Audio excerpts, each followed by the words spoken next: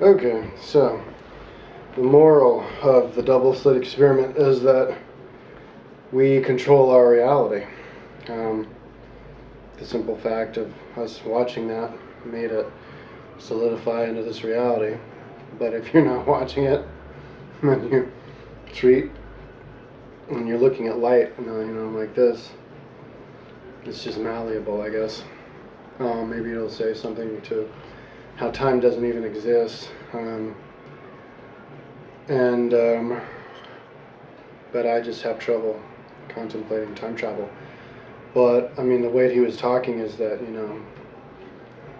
like if we look at aliens and flying saucers and stuff, and like maybe they're not even necessarily aliens from other planets, but they're like us traveling back in time, us from a parallel universe farther ahead in time, traveling back to this universe in this timeline.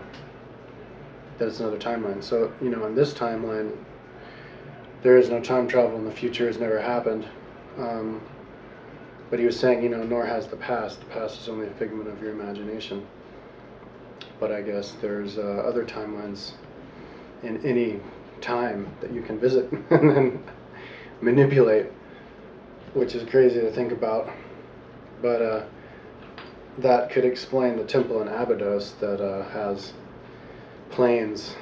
A plane looks just like a plane today, carved right next to a tank, right next to a helicopter, which looks exactly like a helicopter of today, like an Apache or something. And then like a tank and a flying saucer all together, and a gun and a pistol, I think. And this carving is like 4,000 years old, and maybe, but I don't know. It's just try to keep an open mind. But as far as like psychologically, the expression, as far as talking about expression, it's just really important to know that because you are what you are is God and is God's gift to the world and who you are, that it doesn't really matter how you live your life. The only thing that matters how you live your life is if you're happy. And if you're happy, if you're doing what you want. Because when you do what you want, you get excited and you feel that excitement is your connection with God, or your connection with who you are. It's you expressing what you were put on this world to do. Feel that your special little niche in the world. So then you light up, and that's what you're doing. And it doesn't matter what it is, just as long as you're happy. And so, kind of speaks to people who are controlled and controlled worlds, like people who have a job that they don't like and they think that they're stuck in that job, and they don't realize that they actually do want to be stuck in that job because they chose to be stuck in that job. And if they just quit their job, then they would have time to find another reality for themselves. They just have to open their mind and be able to have like a reality that maybe they didn't consider a real reality in the first place. Like somebody could say, I don't like my job because I work all the time and don't have any money. And then you could say, oh, well, and they're like, yeah, man, I just wish I could, ride my bike all day or whatever. And then you go, well, why don't you? And they go, oh, but I don't have the money. And you go, well, couldn't you sell your house and use that money to ride your bike all over the place? So, I guess, and it also speaks to like brainwashing also. People, like the psychology of brainwashing, I think, is people not allowed to express who they are, and as soon as they express who they are, then they're told, no, that's actually not who you are, this is how you have to be who you are. And can't you see how happy I am?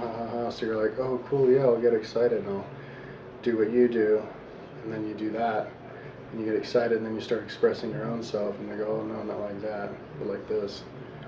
So and then I guess you eventually get used to conforming to some other way of being. Like somebody growing up in a family that does a certain job, but they don't like that job, but they want to do it for their family. So anyway, that's all I can really think of now. It's definitely opened my mind and trying to experience what, like realizing how big the universe is, and the universe is so big and there's so many different dimensions that it's just whichever one you decide to be in, that's the one that's appropriate for you. So don't feel like you're out of place. Just if you're not happy with your situation, then you just change the viewpoint, or you just do what you want to do. But anyway, it's kind of like explaining how there can be so many different planets. And he said there's even a planet on Earth in this dimension, in the fourth dimension, that only has the structures, or maybe it's in the fifth dimension, but it only has the buildings and stuff, and that we can go there, and in our dreams, we go there in our dreams to partake in our dreams. So when you go to a dream, it's actually an actual place, and it's a place to practice out what we actually want to live in this life, in the third dimensional life. Because a lot of things in this life start in a vision, and a thought, and then they're manifested in reality. And when they're starting that thought, it's usually in a dream. But he's saying that you actually go there. You can actually go to these places are actually places. So whenever I dream, I think of and I dream of a planet, I'm like, oh cool, this is a really real place, and I'm visiting. And he said we actually visit their planet and they can hang out with us. So that's pretty cool. And we just experience as much of that as we need to. Oh no, there was something else I was going to say, but I forgot.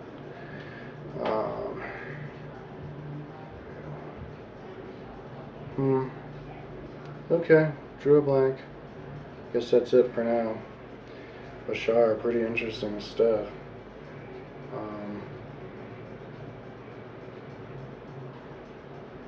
Oh, he said that the spaceships are alive too. They have their own.